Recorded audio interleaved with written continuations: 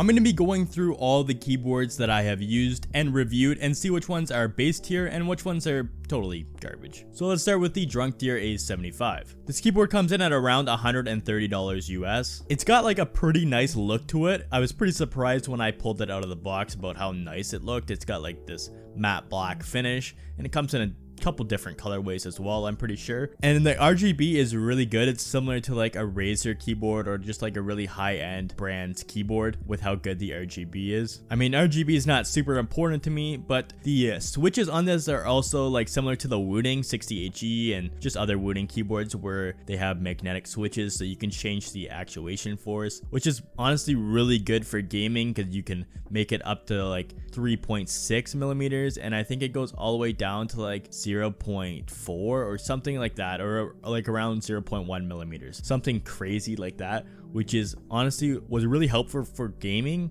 So if you're a competitive gamer, this keyboard's really good, which is why I'll put it in the really good tab. Not quite base tier because the keycaps are ABS plastic instead of PBT on the regular version, but you can also always upgrade that later. Next is the Sea-Doo ABM084. This keyboard is normally like $95 US, but I just looked and it's only $45 right now, which is, I mean, kind of unreal for a keyboard that's not even supposed to be a budget keyboard, and now it's under the price of most budget keyboards, so that's kind of a deal. But besides the price, it's a really decent keyboard actually. Like, the build quality is really nice, the stabilizers are really good out of the box, and of course the keycaps are good because Apple Maker made them, and Apple Maker's keycaps are always just insane. So I'm gonna put it in really good. I was thinking about putting in decent, but because of the price change to $45, if this stays, it's gonna be in really good for a long time. If it's back to $95 when you're looking at this video, I would say it's still decent, but really good at $45. Next, we have the ACO 3061. I couldn't find the ACO 3061 World Tour, but I did find the ACO Neon 3061, which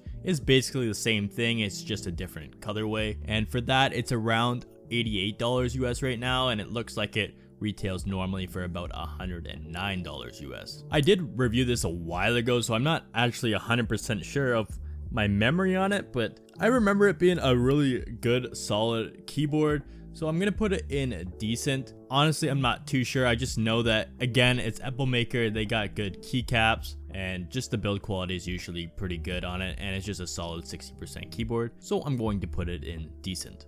Next, we got the Drop Alt and the Drop Control. I'm just gonna put them together because they're basically the same keyboard, they just are different sizes. The Drop Alt is a 65% keyboard and the Drop Control is a TKL keyboard. Out of the two, my favorite is the Drop Alt because of the size, but they're basically the same. The RGB is pretty good. They're basically a metal keyboard case and they're hot swappable. Everything's good on it. The keycaps people really love, I guess. I made a keycap video a while back and people kept asking me what the default keys were, asking what keycaps those were because they're not very smart. We would call them mentally challenged where I'm from. I'm not gonna call them that, but they are. So yeah, if that's one of you, then have fun wearing a helmet to school, I guess. But overall, these keyboards are both really good, and the price is kind of insane on them though. They're like $300 each. I mean, I don't even know if you can get them anymore because they are from Drop. So with that price, I'm gonna say they are not totally terrible, but that price is kind of insane for what they are, and you can get way better keyboards. The only reason they cost that much is because of the metal case, and if that's important to you, then I guess go with them, but other than that, they're not anything too special. Now we go on to the Anpro 2, which is one of the first keyboards I reviewed, and it's pretty hard to find nowadays because it's kind of an older keyboard, but I did find it on mechanicalkeyboards.com for around $50 US, which is a good price. It's probably the most basic keyboard you're going to get. It is a 60% keyboard. It doesn't have any really extra features. Everything's kind of just solid on it. The RGB is okay, the build quality is good, and the gaming is probably the best part of it. It's just a decent keyboard for gaming. Nothing's gonna go wrong on you. So I'm just gonna put it in decent. It's literally the definition of a decent keyboard. Next we have the Ducky 1.2 Mini and the Ducky 1.3 Mini because They're basically the same keyboard. They are both 60% keyboards with nice RGB and are hot swappable from Ducky. The only differences are the Ducky 1.3 Mini costs about $120 compared to the Ducky 1.2 Mini, which is only around like $60 or $70 right now. And the Ducky 1.3 Mini does come in some like nicer colorways, and it sounds a little bit better because they put like some foam on the inside. But other than that, they're basically the same. I haven't experienced myself, but people say that they experience like firmware issues where if they're holding two buttons at once, the keyboard just doesn't register either one of them and it just lets go. So like if you're playing like Minecraft and you're trying to shift over lava or something, it would just let go and kill you, which would kind of suck.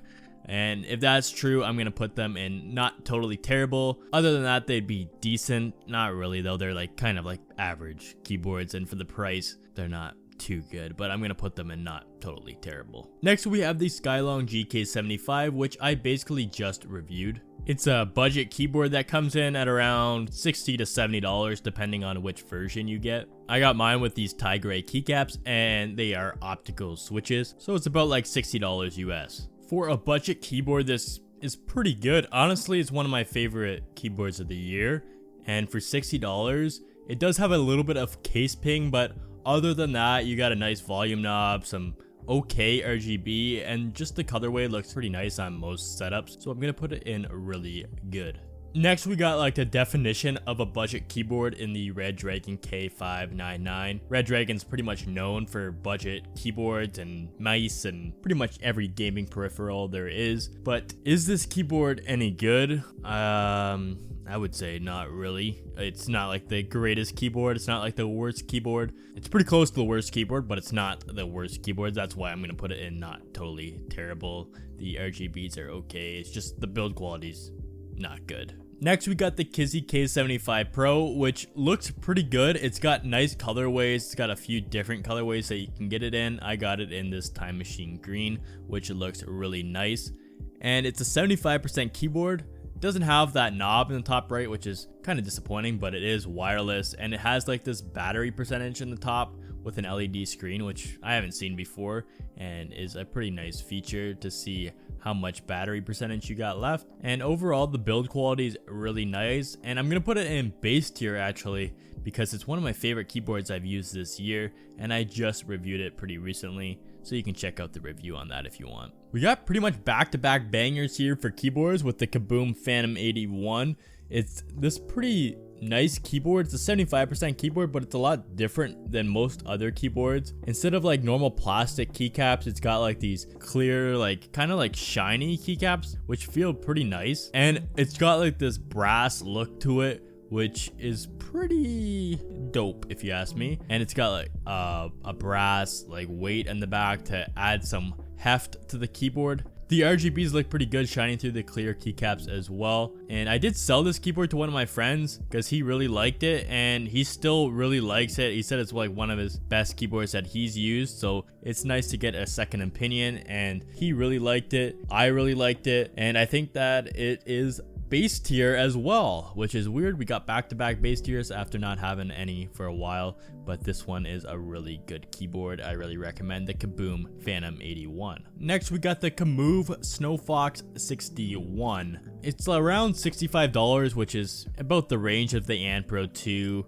and the other 60% keyboards on this list. There's not really too much to these 60% keyboards. They're all pretty much basic level, nothing too special, but they're also really good for gaming and there's nothing wrong with them. So I would say this is also decent, slightly above the Ant Pro 2. The Ketis NJ80 is a pretty high quality keyboard. It's pretty expensive though. It's like around $150 when I bought it. Or I didn't buy it, of course. I'm not a peasant. I got sent it like a god. Okay, I'm just kidding, but I did get sent this keyboard, but it is around $150 US when I got it, and you can customize it a little bit. I got mine with a brass plate and some nice PPT keycaps.